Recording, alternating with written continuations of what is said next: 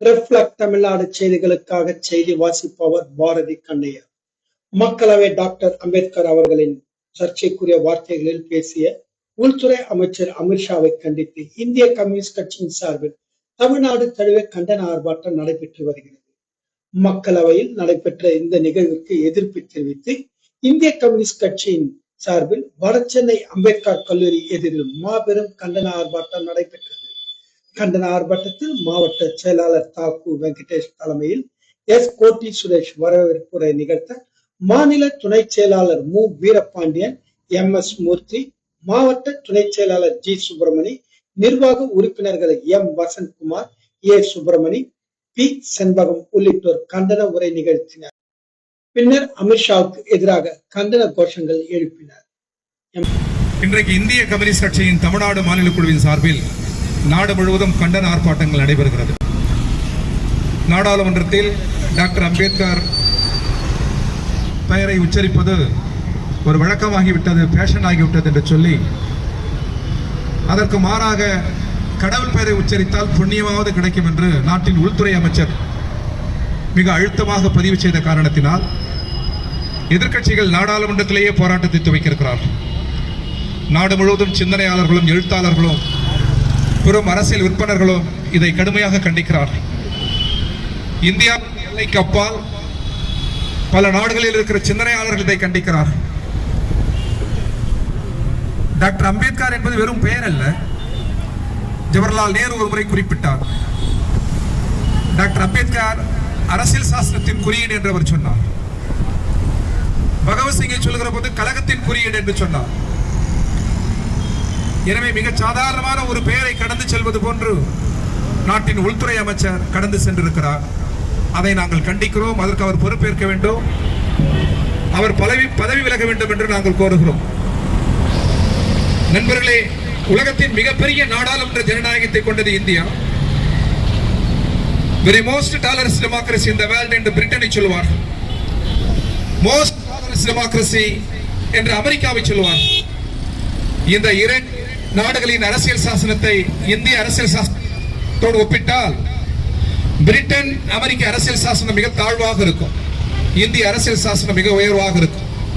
அதற்கு காரணம் அமெரிக்கா உட்பட, இங்கிலாந்து உட்பட, ஐரோப்பாவில் இருக்கிற வளர்ந்த நாடுகள் இத்தாலி உட்பட அனைத்தும் இணைக்கப்பட்ட நாடுகள். யூனிஃபைடு என்று சொல்கிறான் அல்லவா, இணைக்கப்பட்ட நாடு. இத்தாலியில் 4 நாடுகள் இணைக்கப்பட்டிருக்கும், பிரெஞ்சில் 4 நாடுகள் இணைக்கப்பட்டிருக்கும், அமெரிக்காவில் பல நாடுகள் இணைக்கப்பட்டது. ஆனால் இந்தியா அப்படி அல்ல. இந்தியா யூனிஃபைடு, இந்தியா ஒருங்கிணைக்கப்பட்ட ஒரு நாடு. வரலாற்று வழியிலேயே இந்தியா ஒருங்கிணைத்து விட்டது. அரசியல் சாசனத்தை வகுக்கிற போது டாக்டர் அம்பேத்கர் அவர்கள் சொன்னார், உலக வரலாற்றிலேயே, விடுதலை போர் வரலாற்றிலேயே இந்தியா ஒரு மகத்தான நாடு. உலகத்தில் இருக்கிற நாடுகள் எல்லாம், ஒரு மொழி பேசுகிற நாடுகள் தங்கள் விடுதலைக்காக போராடியது. சீனா தங்கள் விடுதலைக்காக போராடியது, சீன மொழி பேசிய மக்கள்.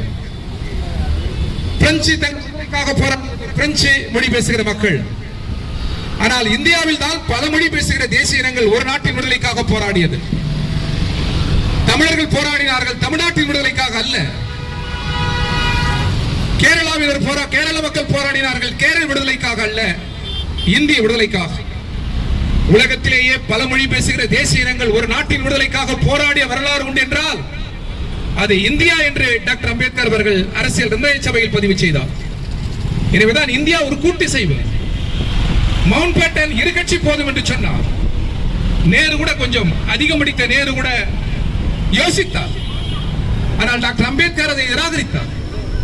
பல மொழி பேசுகிற தேசிய இனங்களை கொண்ட இந்தியா ஒரு கூட்டிசைவாக இருக்க வேண்டும். அதற்கு இரு கட்சி ஆட்சி முறை கூடாது, பல கட்சி ஆட்சி முறை தேவை என்று டாக்டர் அம்பேத்கர் அறுதியிட்டார். அரசியல் நிர்ணய சபையில் இன்றைக்கும் உலகம் வியக்கிறது. அமெரிக்க அரசியல் சட்டத்தில், உலகத்தில் இருக்கிற அரசியல் சட்டத்தில் மதச்சார்பின்மை எழுதப்பட்டிருக்கும், ஆனால் அது கடைபிடிக்கப்படாது. இந்தியாவில் தான் அரசியல் சாசனத்தில் மதச்சார்பின்மை எழுதப்பட்டிருக்க, அது கடைபிடிக்கப்படுகிறது. அரசியல் நிர்ணய சபையில் டாக்டர் அம்பேத்கர் ஓங்கி சொன்னார், இந்தியாவில் 80% மக்கள் இந்துக்கள், இந்த நாடு இந்துக்கள் நாடாக இருக்க வேண்டும் என்று எல்லோரும் வலியுறுத்தினார். ஆனால் டாக்டர் அம்பேத்கர் அதற்கு இசையவில்லை. காந்தி அவர் பார்த்து நேரடியாக பார்த்து கேட்டார், மிஸ்டர் காந்தி, இந்த நாட்டில் 80% மக்கள் இந்துக்கள், அப்படி என்றால் இந்தியாவை இந்துக்கள் நாடு என்று அறிவிக்கலாமா என்று கேட்டார். காந்தி மௌனம் சாதித்தார். நேரு அருகில் இருக்கிறார். நீங்களே சொல்லுங்கள் என்று நேரு அம்பேத்கரை வினவினார். அம்பேத்கர் சொன்னார், இந்த நாட்டில் ஒரு தொன்மை மார்க்கம் மதம் என்று சொன்னால் பௌத்தத்தை சொல்லலாம், ஆசீவகத்தை சொல்லலாம், ஆனால் அதை கூட சட்டத்தில் சேர்க்க கூடாது. பெரும்பான்மை என்றால் இந்துக்கள். இது பெரும்பான்மை இந்துக்களை நாடு என்று அறிவித்து விட்டால் சிறுபான்மை மக்கள் அச்சப்படுவார். எனவே நாடு மதம் சாராமல் இருப்பதுதான் நல்லது, அதுதான் மதச்சார்பின்மை என்று அவர் மிக அழுத்தமாக வாதிட்டார். அப்படி என்றால் இந்து மதத்தின் வழிபாடு, அதன் கோட்பாடுகள் பாதுகாக்கப்படும் என்று டாக்டர் அம்பேத்கர் சொன்னார். சட்டத்தில் பெரிய மதமோ சிறிய மதமோ அதன் கோட்பாடுகளும் வழிபாடுகளும் பாதுகாக்கப்படும் என்று டாக்டர் அம்பேத்கர் எழுதியிட்டார். வழிபடலாம், புதிய மதங்களை உருவாக்கலாம், உலகத்தில் எந்த சட்டத்திலும் இல்லை. நான் நினைத்தால் ஒரு கடவுளை உருவாக்கலாம், ஒரு மதத்தை உருவாக்கலாம். உலகத்தில் வேற எந்த நாட்டிலும் இத்தகைய மனசாட்சி சுதந்திரம், கருத்து சுதந்திரம் உலகத்தில் எந்த நாட்டிலும் இல்லை. டாக்டர் அம்பேத்கர் சொன்னார், அமர்ந்து கொண்டிருந்தவர் எழுந்து நின்றார். அவர் சொன்னார், இந்தியாவில் 1 கோடி மதங்கள் இருக்கலாம், அதற்கு சட்ட உரிமை உண்டு, ஆனால் இந்திய நாட்டுக்கு என்று ஒரு மதம் கூடாது என்று அவர் சொன்னார்.